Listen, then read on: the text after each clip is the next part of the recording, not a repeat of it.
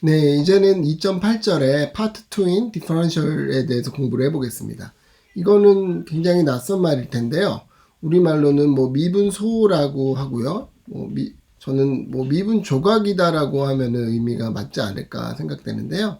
여러분들이 많이 보신 기호예요. 뭐 dy over dx 이렇게 쓰잖아요. f 프라임 x를. 그랬을 때 이런 dy라든지 dx 이런 것을 디퍼런셜이라고 부릅니다.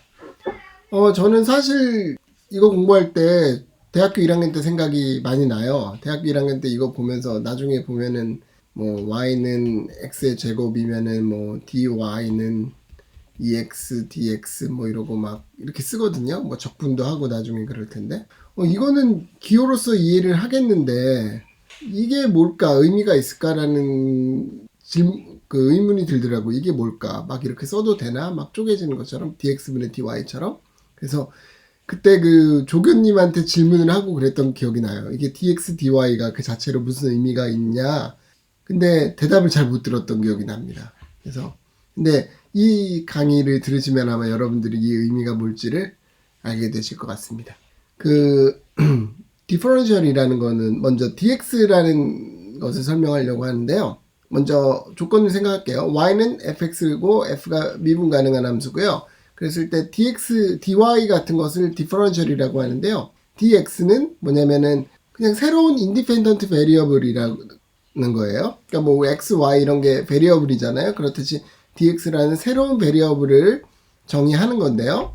그러니까 여기 값을 넣을 수 있는 거죠. 0.1, 뭐 0.01 이런 값을 넣을 수 있는 건데 이것이 의미하는 건 뭐 어떤 의미를 쓸 거냐면은 x의 작은 변화량으로 의미를 쓸 거예요. 그러니까 dx 값에 어떤 숫자를 넣을 때는 큰 값보다는 이런 작은 값들을 넣겠죠. 그러니까 기억은 그냥 이렇게 덩어리로 하나의 새로운 변수인데 그런데 작은 값들을 넣는 거고 의미는 x의 작은 차이를 의미한다라고 이해하면 되겠습니다. 그 다음에 dy는요. 이렇게 정의해요. 아까 dx라는 걸 정의했고 그거에다가 f'x를 곱한 것으로 정의를 하겠습니다. 그럼 이것이 의미하는 건 뭐냐면은 y의 변화량인데요. 뭐에 의한 y의 변화량이냐면 탄젠트 라인에 의한 y의 변화량이에요. 왜냐면은 이건 x의 차이인데 거기다 뭘 곱한 거냐면 탄젠트 라인에 슬로프를 곱한 거잖아요. 기울기를. 그러니까 기울기 곱하기 탄젠트 라인이 있을 때 이 길이가 dx고 그 다음에 이 기울기가 f 프라임 x라고 하면 이 길이가 dy가 되는 거죠. 탄젠트 라인에 의한 그러니까 dy는 탄젠트 라인에 의한 y의 변화량을 말해요. 됐죠? 그러면 여기서 재밌는 게 뭐냐면은 우리가 알고 있던 dx분의 dy가 f'x라고 우리 정의했잖아요. 그러니까 이런 기호를 썼잖아요. 그게 이거랑 잘 맞아 떨어지죠. 꼭 dx를 왼쪽으로 넘겨서 dy 나누기 dx로 만들면 그게 f'x다라는 것과 기호가 딱 맞아 떨어지죠. 그래서 굉장히 좋은 기호로 잘 정의된 것을 알 수 있습니다. 그러면 봅시다. 기하학적인 의미는 방금 다 설명했는데요. P라는 점이 x값이 x고 y값이 fx고 q라는 점은 x값이 x 플러스 델타 x예요. 그러니까 P가 여기 있고요. x의 좌표가 x고 q라는 점은 x의 좌표가 x 플러스 델타 x고 이 검은 그래프가 y는 fx라는 그래프입니다. 그랬을 때 dx라는 것은 x의 차이가 dx가 되는 거고요. 그러니까 이거는 베리어블 변수니까 아무렇게나 잡을 수 있겠죠. 그러니까 여기서 델타 x, x의 차이, 실제 차이로 똑같다고 잡아도 되는 거예요. 그 다음에 그러면 이거는 뭐 x 플러스 델타 x, dx랑 같은 거고요. 그 다음에 여기서 그림에서 여러분들이 주목해서 봐야 될 것은 델타 y의 의미와 dy의 의미를 잘 비교를 해봐야 되는데 델타 y는 뭐냐면 y 값의 실제 차이예요. q랑 p 사이의 y의 실제 값의 차이, 그것을 델타 y라고 하고요. dy는 뭐냐면은 x 좌표가 x인 p점에서 탄젠트 라인을 그렸을 때 x 좌표가 x 플러스 델타 x로 커지면은 새로운 그 탄젠트 라인에서 y 값은 이 값이 되잖아요. 이 값과 실제 y 값의 차이, 요 차이가 바로 dy가 되는 겁니다. 그러니까 다시 정리를 해보자면 델타 y는 y의 실제 차이가 되고요. dy는 탄젠트 라인에 의한, 그러니까 접선에 의한 y 값 차이를 말하는 거죠. 그래서 우리가 원래 관심 있는 것은 y의 실제 차이인데 그것을 dy라는 접선의 방정식을 이용해서 그것의 y값의 차이로 근사를 하는 것이 되겠죠.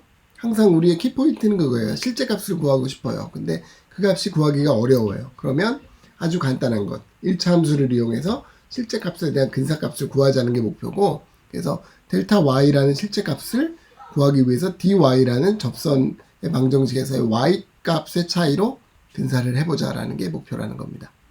그러면은 뭐 식으로 써보면 어떻게 돼요? 델타 y는 f의 x 플러스 델타 x 마이너스 fx가 되고요. dy라는 것은 f'x라는 기울기를 가지고 x의 차이가 dx인 이런 차이, 접선의 방정식에 의한 차이가 되겠죠. 그래서 델타 y라는 것, 우리가 구하고자 하는 델타 y를 dy라는 접선의 방정식에 의한 y값의 차이로 근사를 하자는 얘기고요. 그러면은 이렇게 되는 거예요. f의 a 플러스 dx라는 값은 fa라는 값에다가 y값의 차이, 탄젠트 라인에서 y값의 차이를 더하면 그것이 근사값을 준다라는 것이죠. 그래서 그림으로 보자면 이 델타 y를 계산하기 위해서 탄젠트 라인을 이용해서 이 dy를 이용하자라는 겁니다. 네, 그러면 이그젬플을 한번 살펴볼게요.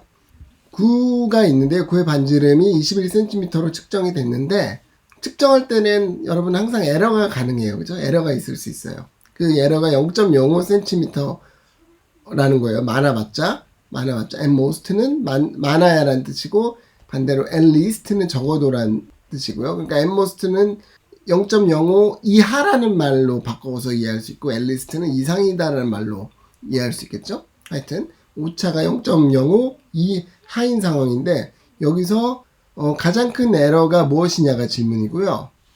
지금 상황은 반지름의 값을 사용했을 때 21cm라는 반지름의 값을 사용했을 때 그 부피의 가장 큰 에러가 무엇이겠느냐라는 거죠. 그러면은 여기서 어떻게 이걸 풀 수 있냐면, 먼저 V라는 것을 볼륨이라고 하고 부피라고 하고 R이라는 것을 반지름이라고 할게요. 그러면 두 개 사이의 관계식을 먼저 구할 수 있어요. V는 3분의 4 파이 R의 3승이고요. 그 다음에 R에서의 에러를 어떻게 쓸까요? dr이라고 쓸게요. R에서의 조그만 작은 차이니까 dr이라고 하면 이건 뭐 델타 R이라고도 쓸 수 있는 거고요. 그러면은 우리가 구하고 싶은 것은 실제 부피의 가장 큰 차이잖아요.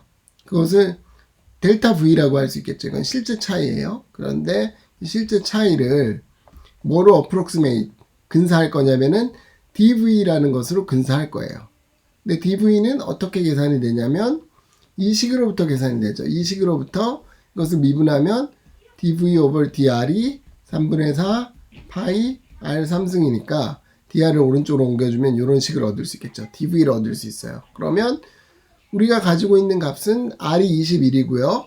그 다음에 오차의 가장 큰 크기가 0.05잖아요. 그러면은 dv에 이제 아까 구한 식에다가 이 값들을 대입을 해주면 대략적으로 277이라는 값을 얻게 돼서, 맥시멈 에러는 실제로는 계산하려면 훨씬 복잡하지만 1차 근사를 이용해서 근사를 하게 되면 많아봤자 277 세제곱센티미터만큼 난다라는 것을 말해줍니다. 그래서 이거는 에러에 관한 이야기였고요. 그 다음에 몇 가지 개념을 더 정리할게요. 상대적인 에러라는 게 있고요. 상대적인 에러는 뭐냐면은 R에 비해서 dr의 차이, 에러의 차이가 몇이냐는 거고요.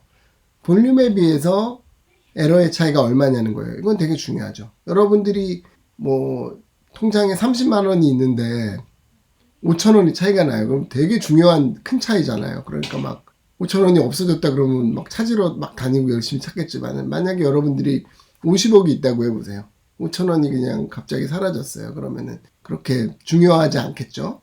그 이유는 뭐냐면 전체 우리가 가지고 있는 금액분에 얼마의 차이가 오차가 났느냐가 중요하기 때문이고요. 그것이 바로 relative error, 상대적인 에러라고 말합니다. 그러면은 그것은 뭐냐면 R분의 dr 혹은 V분의 dv 이런 것을 의미하고요. 그러면 R분의 dr은 21분의 0.05니까 0.0024가 되고, V분의 dv도 위에 거에서 의해서 계산을 하면 이렇게 계산을 할 수 있겠죠. 그래서 이건 3배니까 0.007 정도 되겠네요.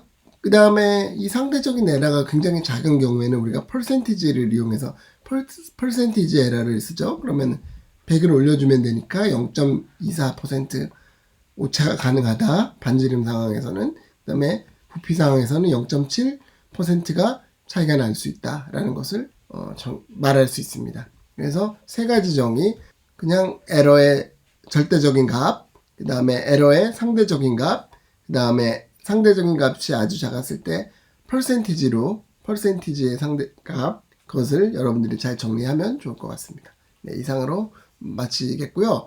2장을 여러분 모두 다 마쳤어요. 그 미적 1에서는 1장부터 8장까지 할 생각인데 여러분들이 벌써 4분의 1을 마친 겁니다. 그래서 힘이 들었을 수도 있고 안 들었을 수도 있는데 사실 모든 걸 할 때는 처음이 제일 어려운 것 같아요. 그래서 지금까지 4분의 1 챕터 1과 챕터 2로 여러분들이 잘 따라오셨다면은 앞으로 나머지는 더 쉽게 갈 수 있을 겁니다. 네, 그럼 이상 마치겠습니다.